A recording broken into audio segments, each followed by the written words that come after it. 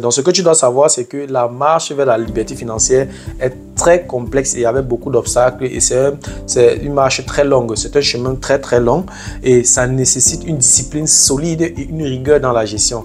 Déjà, quelqu'un qui est désordonné financièrement ne peut pas atteindre une liberté financière. Quelqu'un qui n'a pas la rigueur dans la gestion ne peut pas atteindre une liberté financière. Quelqu'un qui n'a pas une discipline solide, il n'a pas une bonne relation avec l'argent, qui n'a pas un mindset approprié, ne peut pas atteindre sa liberté financière.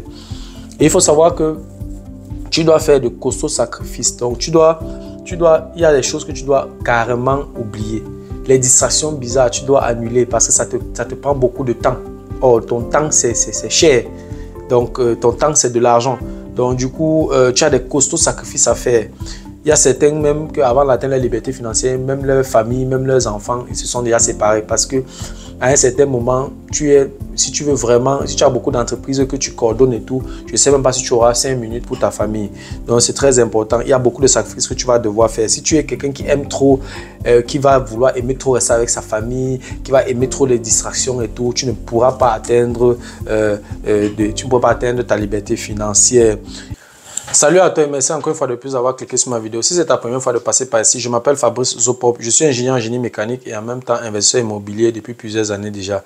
Dans cette chaîne, je parle de 4 thèmes. Je parle d'intelligence financière, je parle d'investissement immobilier, je parle des faits de société, je parle également de sport. Voilà, si ces 4 thèmes t'intéressent, abonne-toi tout simplement à cette chaîne pour ne manquer aucune vidéo. Et si en plus de ça, tu actives la cloche de notification, alors tu recevras de manière automatique une notification lorsqu'une nouvelle vidéo sera publiée. Si tu as des questions, des remarques, des suggestions, des critiques ou alors des propositions d'amélioration, n'hésite pas à m'écrire en commentaire. Un like me ferait énormément plaisir. Si tu as besoin de mon expertise, tu peux me contacter à tout moment via les coordonnées qui s'affichent à l'écran. Tu peux également me recommander auprès de tes proches pour leur permettre de profiter également de mes connaissances. Quand je parle de connaissances ici, je parle d'accompagnement dans l'investissement immobilier. Je parle de formation immobilière qui peut être virtuelle, qui peut être en présentiel. Je parle d'accompagnement dans la fiscalité immobilière. Ça veut dire que quoi? Ça veut dire que si tu investis dans l'immobilier, et tu n'as pas fait attention à l'aspect fiscal, tu peux également me contacter à tout moment. Je vais donc te dresser une stratégie qui va te permettre de réduire ta charge fiscale. Voilà, si tu investis dans l'immobilier et tu aimerais augmenter ton patrimoine immobilier, tu peux également me contacter. Je vais te présenter quelques pistes d'orientation qui vont te permettre d'augmenter ton patrimoine immobilier. Si tu aimerais mettre de l'ordre dans tes finances et tu ne sais pas comment t'y prendre, tu peux également me contacter à tout moment. Je vais également te dresser une stratégie qui va te permettre de mettre de l'ordre dans tes finances. Si tu as des proches qui aimeraient investir dans l'immobilier en Allemagne, qui vivent en Allemagne ou pas, tu peux également me mettre en contact avec eux et ensemble on va s'asseoir et dresser une stratégie qui va leur permettre d'investir dans l'immobilier en Allemagne. Voilà, dans la vidéo d'aujourd'hui, je vais parler d'intelligence financière. Je vais aborder la thématique sur la liberté financière. Voilà, dans plusieurs consultations et dans un workshop, il y a cette question qui vient beaucoup, celle de savoir c'est quoi au juste la liberté financière. Ce que tu dois savoir, c'est que la liberté financière n'est pas... C'est un processus. On ne se lève pas le matin et on devient libre financièrement. Non. C'est un processus. Il y a tout un parcours. Ça ne peut pas se passer en 2 jours. Tu ne peux pas être libre financièrement du jour au lendemain. Ça peut prendre 10 ans. Pour ceux qui sont très rapides, ça peut prendre 20 ans. Peut-être même ça ne peut jamais arriver. Donc, c'est tout un processus. Voilà, je vais me pencher donc sur cette thématique dans la vidéo d'aujourd'hui. Si tu veux en savoir plus, reste scotché. La suite, juste après le générique.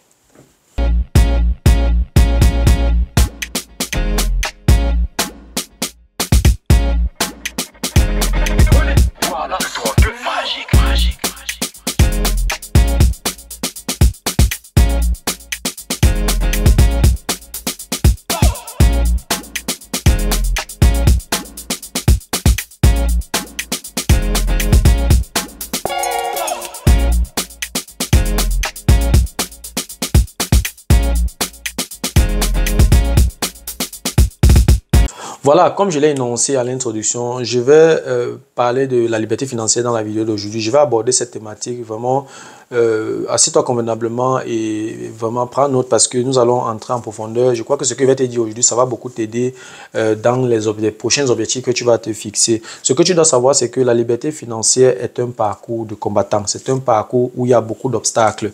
Donc, ce n'est pas quelque chose, tu ne peux pas te lever du jour au lendemain et tu es libre financièrement. C'est tout un processus. Généralement, je classe la liberté financière, je considère la liberté financière je considère ça comme une pyramide. La liberté financière est une pyramide. pyramide. Et cette pyramide a 3 étapes. La première étape, c'est la protection financière. La deuxième étape, c'est la sécurité financière. Et la troisième étape, c'est la liberté financière proprement dite. Donc, tu ne peux pas être libre financièrement si tu n'as pas traversé l'étape de la protection financière, l'étape de la sécurité financière. Donc, ces 3 étapes-là, ce sont donc les étapes qui te permettent d'atteindre ta protection financière. De manière, en termes simples, qu'est-ce que ça signifie liberté financière? Si tu as un salaire maintenant et puis tu décides d'effectuer des investissements. Et puis, à un moment donné, tu te rends compte que tu as effectué beaucoup d'investissements qui nécessitent que, voilà, qui te rapportent déjà gros, tu as des revenus assez considérables. Si déjà tout ce que tu as comme bénéfice, comme marge de tes investissements, quand tu fais la somme et ça suffit pour couvrir toutes tes factures, pour couvrir toutes tes dépenses, alors tu es libre financièrement. Donc, ça veut dire que tu as des revenus passifs qui couvrent complètement tes dépenses. C'est ça qu'on appelle liberté financière. Donc, tu restes 30 jours à la maison, tu as effectué des investissements et les bénéfices de tes investissements payent ton loyer ou bien payent ta maison si tu as pris la maison à crédit, paye tes voitures, couvre toutes tes dépenses fixes. C'est ce qu'on appelle liberté financière. Donc, voilà, comme je l'ai dit tout à l'heure, je matérialise la liberté financière à l'aide d'une pyramide qui a trois niveaux. Et j'ai dit ça tout à l'heure. Le premier niveau, c'est la protection financière. Le deuxième niveau, c'est la sécurité financière. Et le troisième niveau, c'est la liberté financière proprement dite. Voilà. Donc, tu ne pourras pas atteindre ta sécurité financière. Ou alors, tu ne peux pas atteindre la liberté financière si tu n'as pas plusieurs sources de revenus. C'est ce que tu dois retenir. Donc, tu ne pourras pas être riche ou alors tu ne pourras pas avoir une liberté financière si tu n'as pas plusieurs sources de revenus. Ça, c'est la première chose que tu dois mettre dans ta tête. Donc, même si tu es employé actuellement, quand tu es employé, tu as un salaire. Actuellement, tu te bats juste pour avoir une petite protection financière. Par la suite, donc, tu dois effectuer des investissements parce que tu gagnes l'argent actuellement, tu épargnes pour pouvoir avoir le capital, pour pouvoir effectuer des investissements. Une fois que tu effectues des investissements, tu as donc des revenus. Et dans les revenus, là, tu payes tes charges et il y a un reste, il y a ce qu'on appelle un cash flow.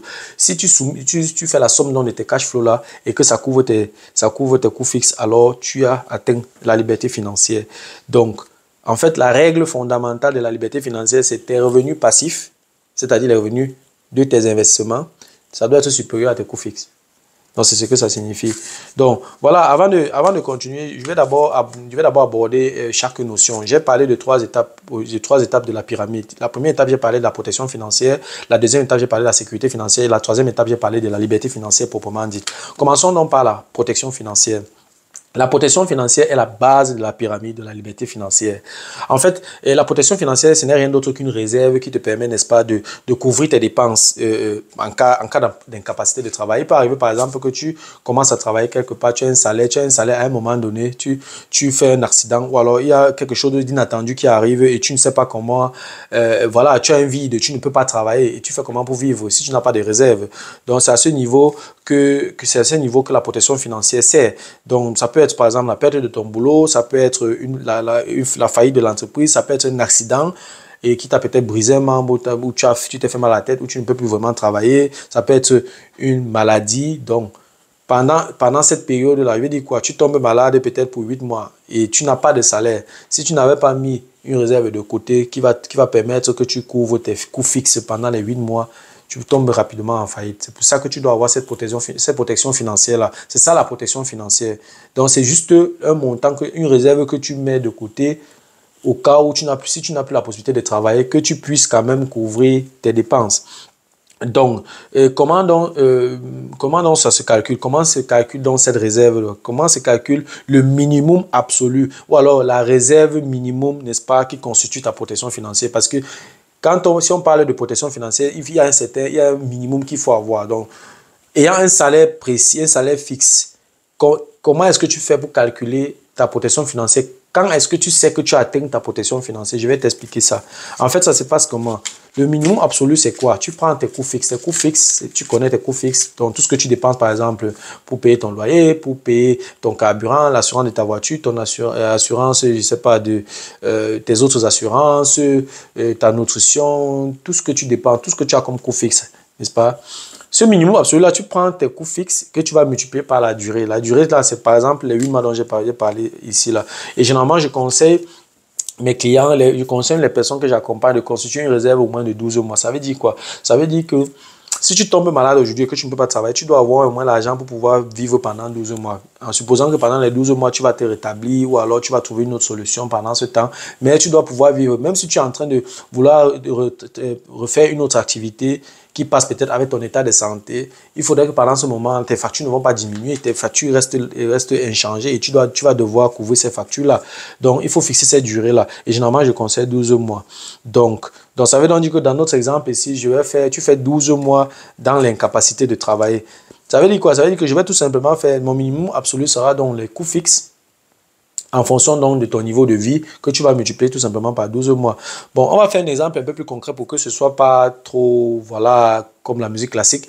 On va considérer que tu as un revenu mensuel de 2500 € net et tes coûts fixes s'élèvent à 2000 €. Ça veut dire que quoi? Ça veut dire que tu épargnes 500 €. Puisque tu es encore dans un processus où tu veux bâtir, tu veux constituer ta protection financière, ce que tu fais, c'est quoi? C'est que tu n'as que 500 € pour épargner. Tes coûts fixes, c'est 2000 € et tu as un salaire de 2500 €, donc tu épargnes 500 €. Ta protection, tes coûts fixes, c'est quoi? Comme j'ai dit tout à l'heure, tes dépenses fixes, tout ce que tu dépenses, le carburant, la nutrition, le loyer et le reste. Le minimum absolu que tu dois atteindre, à partir de quel montant tu peux considérer que tu as atteint ta protection financière. On a dit tout à l'heure qu'on considérait 12 mois de réserve, 12 mois. Tes coûts fixes s'élèvent à 2000 €. Ça veut dire quoi? Ça veut dire que tu dois avoir une réserve de 12 mois multipliée par 2000 €. Donc, tu dois avoir une réserve de 24 000 €. Donc, si tu as une réserve de 24 000 €, tu n'épargnes que 500 €. Tu as besoin de combien de temps pour épargner 24 000 € si tu mets 500 € de côté? Tu as besoin d'exactement 48 mois. Donc, c'est après 48 mois, 4 ans. C'est après 48 mois que tu atteins ta protection financière. Ça veut dire que si tu commences à travailler aujourd'hui et que tu gagnes 2500 € et tes coûts fixes, c'est 2000 €, tu as besoin de 48 mois pour atteindre ta protection financière. Tu vois qu'on est déjà à 4 ans. Tout à l'heure, j'ai dit minimum 10 ans pour atteindre ta liberté financière. Nous sommes encore seulement à la première étape, au premier niveau de la pyramide. Là, tu viens de constituer ta protection financière. Donc, c'est ce que ça signifie. Donc, tu auras besoin de 48 mois, n'est-ce pas, pour atteindre ta protection financière.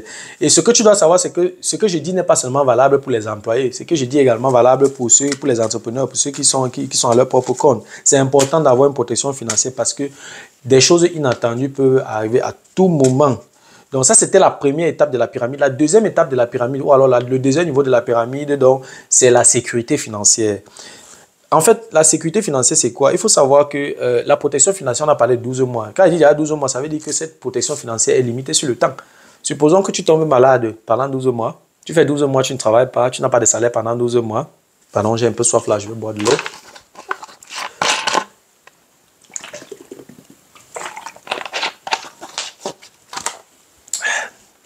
Voilà. Supposons que tu as fait 12 mois de maladie et après les 12 mois, voilà, tu as épuisé donc toute ta protection financière. Donc, tout ce que tu avais comme réserve, tu as épuisé. Supposons donc que le 13e mois, tu n'es pas guéri. Tu fais comment? Tu es en faillite. Donc, ça veut dire que si tu restes trop longtemps dans cette protection financière-là, tu ne fais rien, tu vas rechuter. Tu tombes dans la faillite complètement. Tu quittes carrément de la pyramide. Donc, tu es en faillite. Donc, ça veut donc dire que quoi? Ça veut dire que la protection financière est limitée sur le temps. La protection financière est limitée sur le temps. Donc, après cette situation inattendue-là, tu n'as plus de réserve. Tu as épuisé toute ta réserve. C'est donc là, en fait, la limite de ta protection financière. Donc, pour éviter donc de tomber dans ça, pour éviter de tomber donc dans cette situation où tu n'as plus de réserve ou alors, voilà, ta protection financière a été épuisée, tu es dans l'obligation d'effectuer les investissements. Donc, rien que ton salaire ne te suffira plus. Puisque lorsque tu vis seulement ton salaire, tu peux avoir une réserve de 12 mois ou bien de 24 mois. Mais après les 24 mois, et puis tu vas arriver que tu n'es pas encore guéri, que tu n'es pas encore apte à travailler et tu tombes dans la faillite. Ça peut prendre 12 mois, ça peut prendre 6 mois, ça peut prendre 16 mois, 18 mois, 24 mois.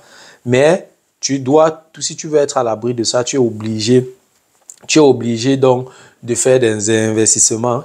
Et c'est ces investissements-là donc qui vont constituer ce que j'appelle la sécurité financière. La sécurité financière, c'est quoi? C'est tout simplement l'étape où tu as eu à bâtir ta protection financière, tu as mis une réserve de 12 mois de côté. Maintenant, tu continues dans ton épargne. Maintenant, cette fois-ci, tu épargnes plus pour ta protection financière, tu épargnes maintenant pour mettre l'argent, tu épargnes maintenant pour pour effectuer des investissements qui vont te permettre donc de bâtir ta sécurité financière. En fait, d'autres personnes font même autrement. Ils bâtissent d'abord leur sécurité financière avant de bâtir leur protection financière. Ça veut dire que quoi? Tu as épargné 12 mois, disons tu mettais 500 euros, 500 euros de côté pendant les 48 mois là, ça t'a fait 24 000 euros. Il prend ces 24 000 euros là, il ne laisse pas ça dans le compte comme sa protection financière. Il prend ces 24 000 euros là, il effectue les investissements avec. À cet instant là, il n'a pas de protection financière. Il est en train déjà de préparer sa sécurité financière. Et en même temps maintenant, chaque mois, puisque l'investissement qu'il est en train de faire n'hypothèque pas son salaire. Il continue à gagner son salaire et maintenant, ayant déjà commencé à effectuer des investissements, il continue maintenant il recommence maintenant à constituer sa liberté, sa protection financière. Beaucoup de personnes font comme ça. Donc c'est un peu ça. Donc, comme je disais tantôt, une fois que tu effectues déjà les investissements, tu es déjà en train de bâtir, de constituer ta sécurité financière. Et ici, les marges que tu effectues. Donc, la sécurité financière, c'est la phase ou alors l'étape dans laquelle tu effectues des investissements et les revenus de ces investissements-là, les bénéfices de ces investissements-là vont te permettre de couvrir donc tes dépenses fixes. Donc, tu débordes donc l'étape. Tu traverses l'étape de la sécurité financière si et seulement si les investissements que tu as effectués, les marges de ces investissements-là peuvent couvrir tes simples coûts fixes. Bon, si tu mènes une vie normale, ça c'est ta sécurité financière. Donc, on va prendre un exemple simple pour calculer l'investissement minimum que tu dois effectuer, le montant d'investissement minimum que tu dois effectuer, n'est-ce pas, pour atteindre ta sécurité financière. Donc, la deuxième étape, le deuxième niveau de la pyramide. On va prendre un exemple. On va prendre par exemple, tu effectues des investissements et la moyenne de tes rendements, c'est 8% par an. Donc, quel est ton investissement minimum? Tu vas tout simplement considérer 12 mois. Ton investissement minimum n'est rien d'autre que 12 mois, puisqu'on calcule sur l'année, multiplié par le cash flow que tu effectues et que tu divises donc par le rendement. Ça, c'est ton investissement minimum que tu dois effectuer. Non, pardon.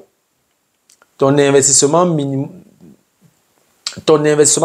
tu vas faire 12 mois que tu multiplies par tes coûts fixes et que tu divises par 8%. Ça veut dire quoi? Ça veut dire que tu as un rendement annuel de 8% et l'année a 12 mois et tes coûts fixes sont connus. Donc, tu vas tout simplement faire 12 mois multiplié par tes coûts fixes et que tu vas diviser par 8%. C'est ça ton investissement minimum. Donc, si on considère donc, voilà, si on considère donc 12 mois tes coûts fixes, on tombe donc sur la relation investissement minimum qui sera égal tout simplement à 150 multiplié par les coûts fixes. Si tu fais un calcul simple, tu vas te rendre compte, tu vas te rendre compte que ton investissement minimum doit être égal à 150 multiplié par tes coûts fixes, en considérant donc 8% de rendement annuel. Donc, si tu as des coûts fixes qui s'élèvent, disons, à 3 000 euros, ce qui est moyen, voilà, 3 000 euros, et que, voilà, tu as besoin de... Ça veut dire quoi? Ça veut dire que tu as besoin de 3 000 euros pour vivre, donc c'est tes coûts fixes, et ton investissement minimum donc sera de 150 multiplié par tes coûts fixes. On a dit 3 000 euros. 150 multiplié par 3 000 euros, ça fait 450 000 euros. Ça veut tout simplement dire quoi? Ça veut dire que je dois investir 450 000 euros qui va me permettre de couvrir mes dépenses. C'est-à-dire que j'ai investi 450 000 euros et mon bénéfice est donc que je tire de cet investissement est donc de 3 000 euros si je considère donc 8% de rendement. Donc ça veut donc dire que j'ai besoin d'investir 450 000 euros pour pouvoir couvrir mes dépenses. C'est ce que ça signifie. Donc si tu as déjà investi dans les 450 000 euros ayant des coûts fixes qui s'élèvent à 3 000 euros en tenant compte d'un rendement de 8%, alors tu dois investir 450 000 euros. C'est ce que ça signifie. À ce niveau-là, si tu as déjà fait des investissements de 450 000 euros, tu peux considérer que tu viens de traverser l'étape de ta sécurité financière. C'est ce que ça signifie. Et ce n'est pas tout. Maintenant, lorsque tu as traversé l'étape de ta protection financière, tu as traversé l'étape de ta sécurité financière, maintenant tu entames donc le sommet de la pyramide qui est la liberté financière. Ici, voilà, la liberté financière, comme j'ai défini tout à l'heure, c'est que tu vis 12 mois sur 12 et tu ne vis que de tes revenus, des marges de tes revenus. Ou alors, tu vis des marges de tes bénéfices, des marges de tes investissements. C'est ce que ça signifie la liberté financière. Et maintenant, cette fois-ci, ce n'est pas une vie normale, maintenant c'est une vie de luxe. Il faut tenir compte de ça. En fait, la liberté financière, tu es déjà là dans la réalisation de tes rêves. Si tu es là dans tu dépenses, tes coûts fixes ne sont pas toi, tes coûts fixes comme si tu étais encore dans la phase de la sécurité financière, parce que tu étais encore en train de bâtir ton patrimoine financier. Tu as atteint un niveau où tu peux te permettre des vacances à la Côte d'Azur, tu peux te permettre d'acheter un bateau, tu peux te faire plaisir. Et tes coûts fixes sont à ce niveau-là, à ce moment-là, très, très élevés. Et voilà, donc tu dois pouvoir investir un montant aussi un peu plus élevé parce que tes coûts fixes sont élevés. Donc, il y a un certain montant que tu dois investir. Tu es en train de te faire plaisir, tu as atteint ta liberté financière. Donc, du coup, tu peux te lever, par exemple, un samedi, tu dis que voilà, tu vas voyager, tu vas aller à la Côte d'Azur faire 2 jours et rentrer. Et voilà, et ça coûte ce que ça coûte. Et tu as assez de revenus ou alors tes investissements te génèrent tellement de revenus que même si tes coûts fixes sont élevés, n'importe comment, ces revenus-là ou alors les bénéfices de tes investissements vont donc couvrir ces coûts-là. Donc, c'est un peu ça. Donc, ce que tu dois retenir, en fait, que ce soit dans la liberté financière, que ce soit la sécurité financière, tu dois retenir la formule que si je connais déjà mes coûts fixes et je connais le rendement de mes investissements, mon investissement minimum que je dois effectuer, je fais tout simplement 12 mois que je multiplie par mes coûts fixes et que je divise par le rendement. C'est là où je vais savoir combien j'ai besoin donc pour investir. Si mes coûts fixes, par exemple, avec ma vie de luxe, c'est 20 000 euros. Je fais tout simplement 150 que je multiplie par 20 000 euros. Ça veut dire que j'ai besoin d'investir 3 millions d'euros. 3 millions d'euros pour pouvoir couvrir mes dépenses de 20 000 euros. C'est ce que ça signifie. Donc, c'est un peu ça. Donc, il faut retenir cette formule-là. C'est très important. 150 multiplié par tes coûts fixes. Donc c'est un peu ça. C'est ça, en fait, ce qu'on appelle la liberté financière. Donc, ce que tu dois savoir, c'est que la marche vers la liberté financière est très complexe et avec beaucoup d'obstacles. Et c'est une marche très longue. C'est un chemin très, très long. Et ça nécessite une discipline solide et une rigueur dans la gestion. Déjà, quelqu'un qui est désordonné financièrement ne peut pas atteindre une liberté financière. Quelqu'un qui n'a pas la rigueur dans la gestion ne peut pas atteindre une liberté financière. Quelqu'un qui n'a pas une discipline solide, il n'a pas une bonne relation avec l'argent, qui n'a pas un mindset approprié, ne peut pas atteindre sa liberté financière. Et il faut savoir que tu dois faire de costauds sacrifices. Donc, il y a des choses que tu dois carrément oublier. Les distractions bizarres, tu dois annuler parce que ça te prend beaucoup de temps. Or, ton temps, c'est cher. Donc, ton temps, c'est de l'argent. Donc, du coup, tu as des costauds sacrifices à faire. Il y a certains même qu'avant d'atteindre la liberté financière, même leur famille, même leurs enfants, ils se sont déjà séparés parce que à un certain moment, si tu veux vraiment, si tu as beaucoup d'entreprises que tu coordonnes et tout, je ne sais même pas si tu auras 5 minutes pour ta famille. Donc, c'est très important. Il y a beaucoup de sacrifices que tu vas devoir faire. Si tu es quelqu'un qui aime trop, qui va vouloir aimer trop rester avec sa famille, qui va aimer trop les distractions et tout, tu ne pourras pas atteindre ta liberté financière.